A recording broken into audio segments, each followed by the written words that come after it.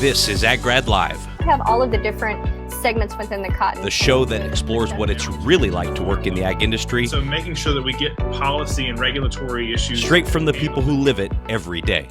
Sorry if you had been expecting us on a different post and we're on a new post. My trusty BeLive system has decided to switch up formats on me. So I am experiencing a new interface for the first time and trying to figure it out on the fly. But that's what we do here. We roll with the punches. We have our 30 under 30. These are people who have experienced far bigger challenges than me trying to figure out my BeLive system and overcome them and found success contributing to the agriculture industry very early in their career, before their 30th birthday. I love doing these episodes. You can watch them here on Facebook, obviously, where we broadcast them live, but then we also repurpose them as part of the AgGrad Live podcast and on our YouTube channel. So I hope you are subscribed in both of those places, because I think we're approaching the halfway mark on these 30 individuals. It's been a lot of fun. I was just talking to our guest here today in the quote unquote virtual green room we have about how every single guest has been a different content, a different episode, because everybody is significantly coming at agriculture from a significantly different perspective. And so it's just been fun to see sort of the diversity and to see the amount of different talented people that are doing amazing things in the ag industry. And so today is absolutely no exception. Very, very excited to have on the show because she's in a similar line of work to me. And so it's been fun. I hope to talk some shop with her. We have Jessica Kueffer. Jessica is a recruitment and employee development manager at MFA Incorporated. Let's bring her on. Here you go, Jessica. You are on the show. How you doing? I'm good. How are you? I'm great. Thank you so much for doing this, and congrats on the 30 under 30. I'm excited to talk about two topics that are near and dear to my heart. Recruitment, obviously, because that's what I do for a living, but training, I think, is just such a fascinating aspect. I think I do have a bit of a teacher's heart, and I've always been curious about the training part of the job. So maybe before we get too far into the recruitment and the training aspects, just start off and tell us about MFA Incorporated. So who is your employer? What kind of work do you all do? Yeah, so MFA Incorporated is a farmer-owned cooperative headquartered in the state of Missouri. So I know, you have AgGrad followers across the nation. We're right here in central Missouri. We are a farmer-owned cooperative serving farmers in Missouri, Iowa, Arkansas, and Kansas. And so we have couple different sides to our business. The one that we're probably most known for is our retail operation. So we have about 150 retail stores throughout that territory, serving farmers in the rural community. And everything from agronomy, crop protection, plant foods, to the feed side, to the animal health, farm supply products. If a farmer needs it, we try to provide it. And I think that that's one of the things that our company is most known for. The other side of that is a wholesale operation. So we do tip our toes into other states through that piece of the puzzle, but maybe a little more behind the scenes, as I would describe it. But I get to operate out of the headquarters in Columbia, Mizzou through and through, Tiger every day. So excited to kind of be right there, close to home, where I grew up and where I went to school. Yeah, I bet Mizzou is a lot like other college towns in that everybody would love to stay there after they graduate. And so you got one of those precious jobs that allow you to stay in Columbia. Well, I want to talk about on the training. I would think that the diversity of products that you offer, products and services, kind of like you said, everything a farmer would want, would make it so you're probably doing a lot of different types of training. But what does that look like? The training aspect of your job. What types of training are you doing for your company? Yeah, so the training spectrum is really evolving, and I think that that's one of the parts that I love about it the most. So when I started my career, when I kind of got introduced to corporate training and what that looked like, there was this immense push towards moving things from classroom facilitation style to web-based, where it was more convenient for people to get on the go when it worked for them, and they could sit down and they could spend the time to focus on it, but it wasn't necessarily a step out of the most busiest part of their day or season. So that was something that I've seen throughout my career move and push towards. So I get to be a part of overseeing our learning management system, which is that web-based program that you may go and take 15-minute classes on that teach you about a product or service that a company may offer, all the way to how to conduct performance reviews and how to be a better manager and what the difference between leadership and management might be. So broad spectrum of courses there. In our program, we have, I would say, around the 250 mark on those courses out there, everything from 1.5 minutes to a 20-minute program. And then the other part of it, and maybe the part that I enjoy the most, is actually going out with now what we call purposeful facilitation, because we're not having to go out and do all the little trainings, but we can focus on the big concepts and moving the needle on some of the bigger things that we want to see happen at our company. And so that's a part that I'm really proud of to go out and represent. So I think that I probably draw more towards the soft skill based training. So a lot of our technical stuff that shared product knowledge and services and whatnot is by industry experts or by the members of our team that are the experts in that area. But I get to talk more about training on the people side and the HR side and the recruitment side and the employee development side, and how we grow the people that work here so that we can retain them and keep them working for our organization if they're a really good fit with the culture and what we're working towards in agriculture. So really two different spectrums, but I love everything I get to do. Cool. And do you work at all with interns, or is there any training that an intern with MFA might go through? Yeah, absolutely. So we have a evolving kind of internship program. It has had its ebbs and flows of participation. This most recent year, we've had 12 students, and I get to oversee that program. So I have what I would call weekly kind of connections with those students. Everything from recruiting them, interviewing them, selecting them, pairing them with their mentor, and talking to that mentor about some of the things that that student finds interesting or wants to learn more about, or how they want to be challenged. Do we set that up to model that summer to be really unique to that student? Oh, wow. And then as we develop that in that project, I then go through and look at what training maybe they need to be involved with, or how we push that through, or how we get them doing ride-alongs with the right people so that they feel prepared to kind of lead or discuss some of the things that we've tasked them to do or be involved with for the summer. So I'm very involved with that program. Another thing that I like to do, or that I think makes our company a little bit special when it comes to that internship spectrum, is I get to facilitate a half-day session where we bring in all the interns and we set them down for roundtable discussions with each member of our executive team. And the people that have, I guess, been with the organization for enough time that they can really give some recommendations on how they grew their own careers and how they see the future of agriculture looking. And for students who are pursuing education in agriculture and hopes to pursue careers in it, that's pretty impactful to be able to facilitate that and have that ready for any of our students. So it's a pretty cool program. Yeah, that's a tall order, though, to develop kind of 12 individual development plans for the summer. I'm sure that takes up a lot of your attention this time of year.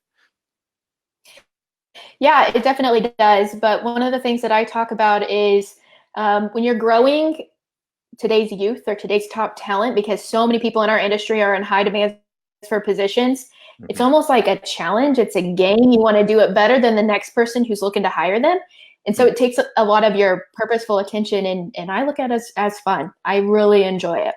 Cool. And how much of your training that you do is virtual, like this, kind of over, Skype, or maybe even modules that they would just go? You mentioned a learning management system, like a module they would just go take, versus like you're actually, physically in person. What's the breakdown there as far as the amount of the training that a typical employee would get? Yeah, so they spend, as far as the internship program, they spend their first day with me, kind of one-on-one. We go through a little bit about the company and that orientation, and really spend a good 8 hours in a classroom style session. And then beyond, I guess after that, and from our previous conversations, I work to set up mentors for them. So they do a lot of ride-alongs.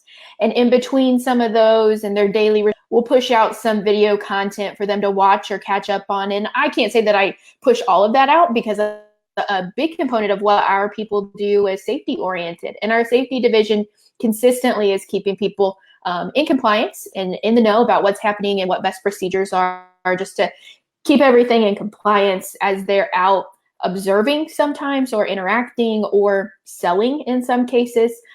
So it's definitely a collaboration of others, but I would say it goes from one-day facilitation to ride-alongs and impromptu mentoring to then in those individual videos that kind of can be watched in passing as they make those transitions.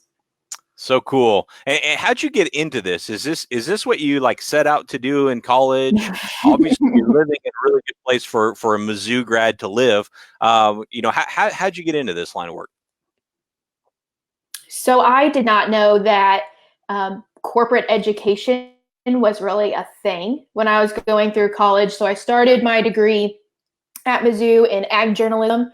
Thought I wanted to be involved in communications and in that spectrum, and I recognized that maybe that wasn't going to fuel my fire for the long term. So I changed my major to ag business and started pursuing different internship opportunities. The first 2 summers, my internships were actually with the Missouri Department of Conservation and their outreach and education programs. So it wasn't necessarily a corporate training spectrum, but it was educating the public on Missouri's fish forests and wildlife, which is a completely different take to what I had known in agriculture, but really eye-opening at the same time, and started to, I guess, draw me in a little bit to that education sector. Mm-hmm.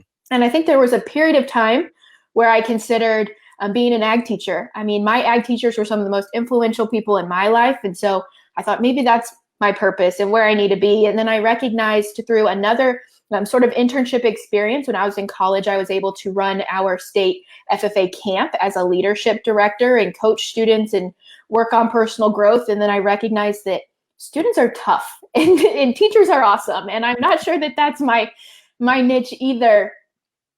So I was a little bit uncertain when I joined the ag business world, but then I really chalked finding corporate training up to one of the supervisors that I had in the beginning of my career, Tom May, and he was over kind of employee development and employee relations, and they wanted to start a training program or some formal training programs, and he knew that I had a background in facilitation and experience in kind of this outreach and education sector, picked my brain about it, ended up being a perfect fit, and I have grown ever since.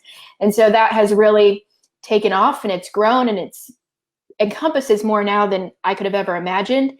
But as I think about careers, perfect place for me. I can't imagine myself being in any other sector of the industry. Well, that's interesting though, because before you got into that role, you already worked for your employer, right? So you took a job that maybe was on a different path initially. Take us back to that time. Yeah, so the first job that I accepted out of college was a marketing job, or as part of the marketing department. So there's a small creative component about it, but the other side of that was pricing. And so I worked for MFA Oil Company, which is a sister company to where I am now. But it was MFA Oil Company, and one of my first, I guess, sets of responsibilities was doing private fuel pricing for different entities across the state of Missouri.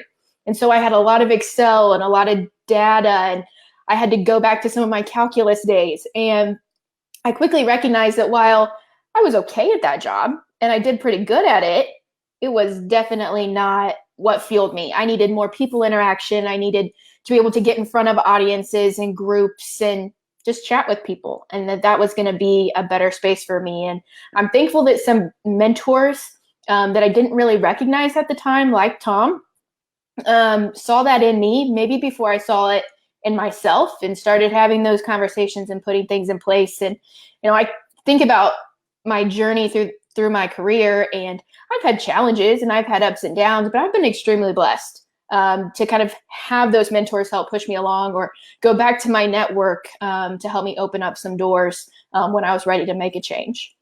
I think that's a really cool example of, you took a job that you earnestly wanted to do. You didn't maybe know this other field existed, but because you just applied yourself and did a good job, and maybe you could realize that, oh, this isn't the ideal role for me. You stuck with it at least long enough and proved yourself at least long enough that when this opportunity came up, that they thought of you. I think a lot of people would just say, oh no, this isn't what I want to do. And maybe they wouldn't give it their all, or maybe they would, quit and go try to find something else. But it goes to show that, when you do good work and when you apply yourself, even if it's not the exact right fit, it can open up some doors for you.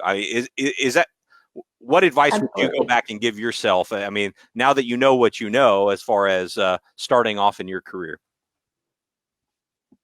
Yeah, absolutely. I couldn't have said it better. You did a great summary there of all every day. And another, side of my job outside of of training is recruitment, and it's talking to people about finding the right company culture and the right job and the right position and the right career path and how all of that evolves.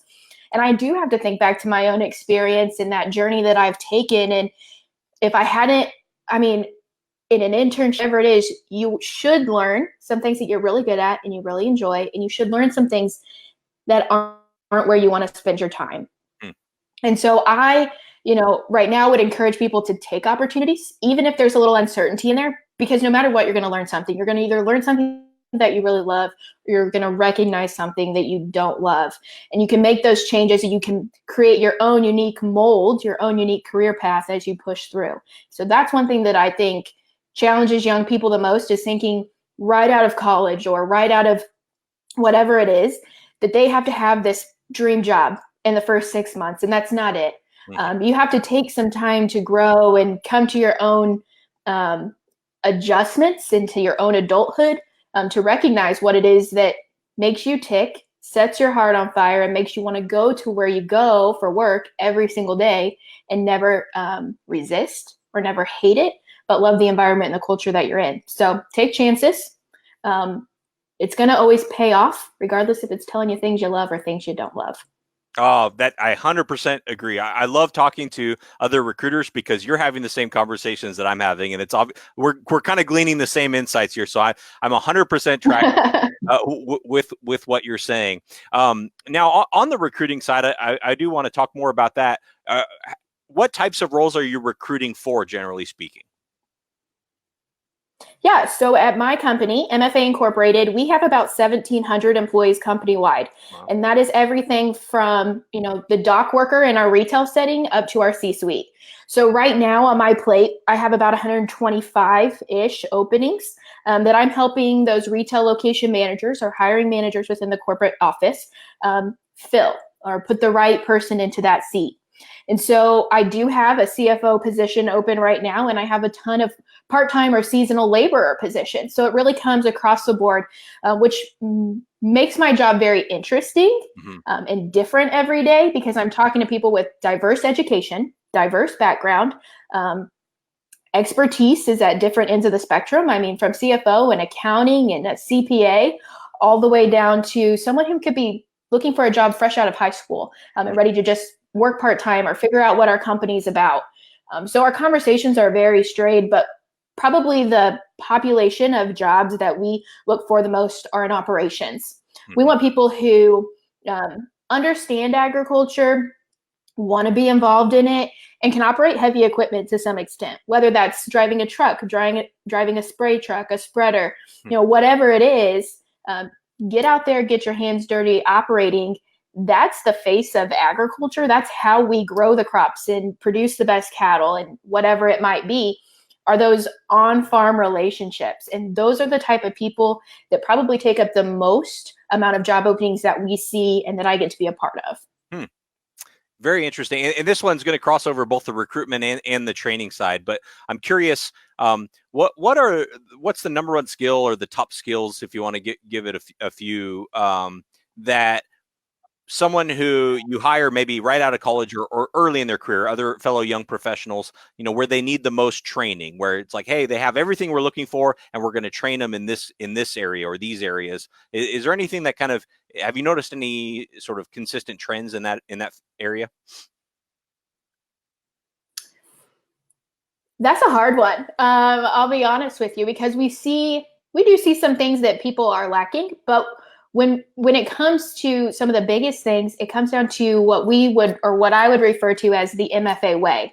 So they may have a knowledge of, technology and precision agriculture, and so they can run the equipment, but we want to teach them how MFA takes care of our customers while they're in that equipment, or how they interact with our customers on a daily basis. And so some of it that we're, I think, spending a little bit more time on is maybe that customer service piece and how we set ourselves apart in the industry, because you can come in with all the technical knowledge in the world, but we want to set you apart to mesh well with the MFA way, and how we work our business and build those relationships. And so that's probably where we're moving to, where we're working to spend more of our time and dedication to really build out those skills, make them a little bit more formal, standardized throughout our company. I mean, being spread over a couple states, I don't think that you could go into any of our 140, 150 retail locations and have the exact same experience. And not to say that you should, but we want to have kind of a standardization. And I think that's the training method that we're maybe seeing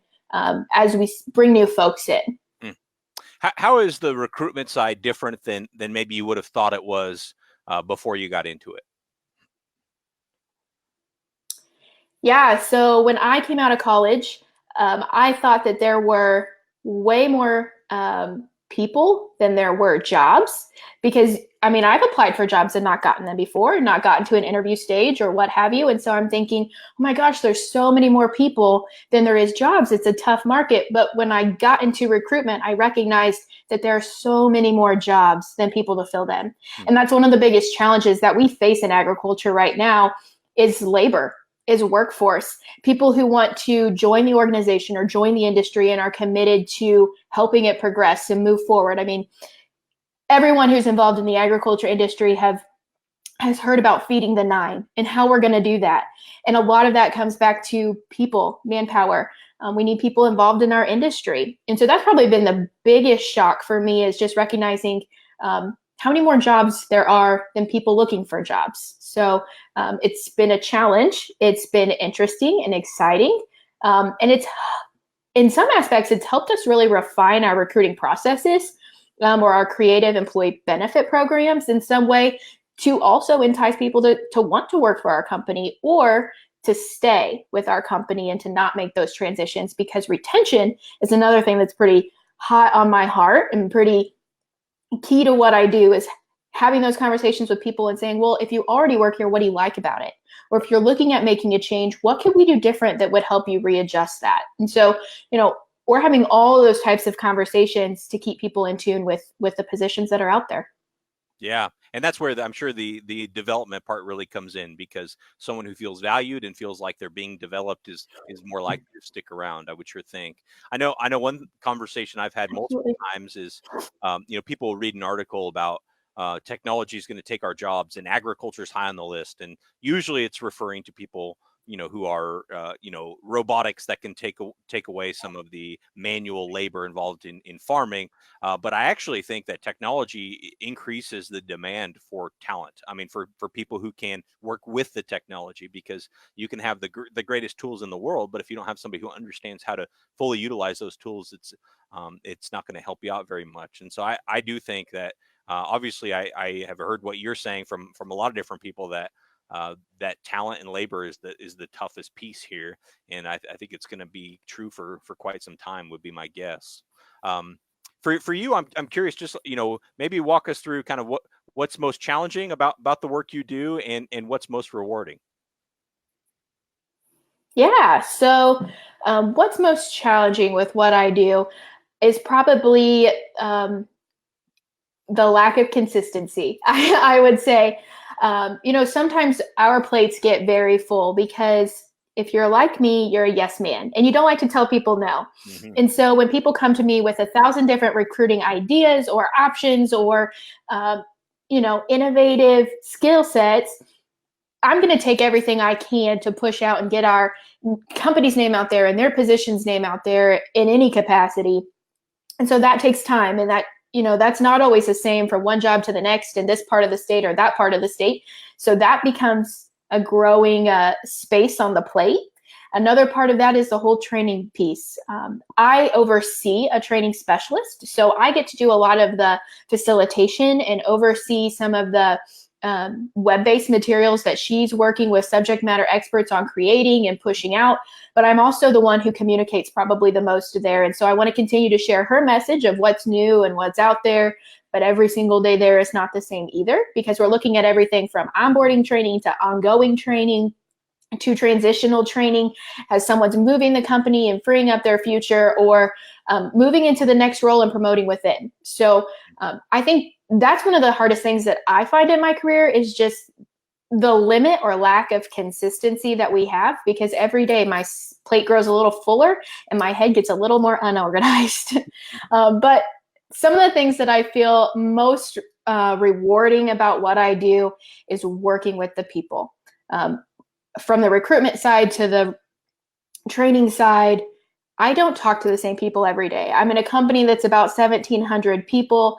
Throughout a week, I probably talk to someone, a couple times, but with diverse backgrounds and diverse experiences and different passions for the company for different reasons, it makes the company you work for, the company you represent. And that's one of the things that I love.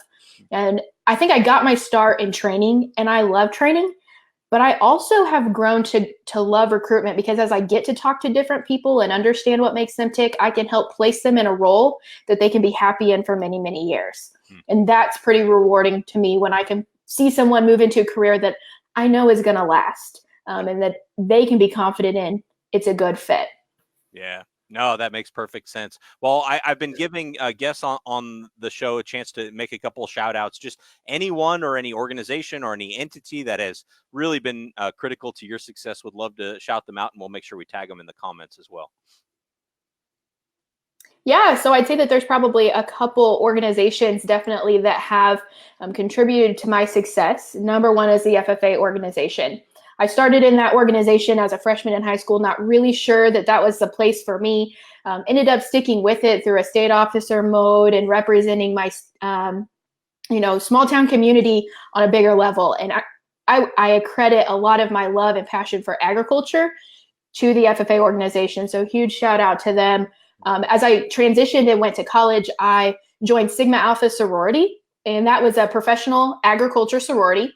And that group of women helped me grow as a lady in agriculture and a professional and so many levels. So I felt prepared as I transitioned then into the business world, where some of those personal mentors have really helped me out. I mentioned Tom May many times earlier. I'd also have to give a shout out to my current supervisor, Amanda Cooper, at MFA Incorporated. She is one of the most positive, team-spirited individuals that I could ever ask to have standing behind me as a supervisor, pushing me, challenging me, and always opening up doors for me to grow a little bit more. So very thankful for the experiences that I've been given thus far in my career. Yeah, it's amazing that, even, years and oftentimes decades later, you can still tell those individuals that got the FFA training, as far as just being articulate and the interpersonal skills, they kind of stick with you forever. Last but not least, absolutely. Any advice before we let you go? Any advice that either you've received that's really helped you, or that you'd just like to pass on to other young professionals that are looking for their own contribution to the ag industry? Yeah. So thinking about contributions, some of the best advice that was ever given to me was by an alumni sorority sister, and I've thanked her for this advice many, many times. But she told me as I was getting ready to transition out of college and into the business world, that God created us to give.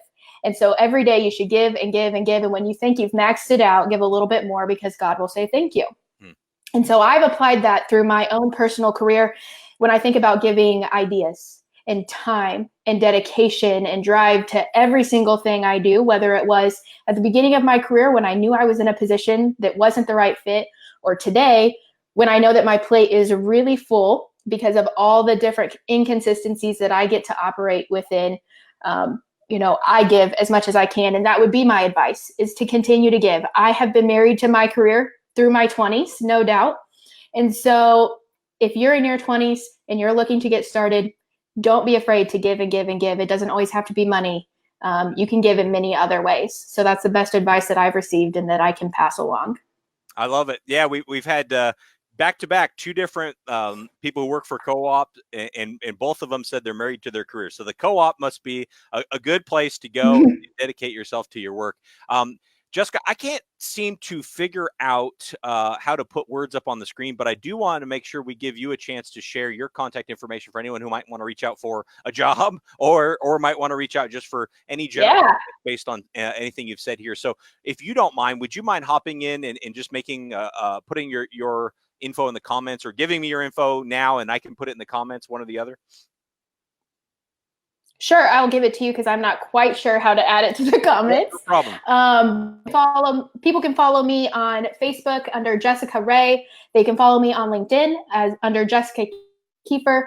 And absolutely, my email address is jkueffer@mfa-inc.com.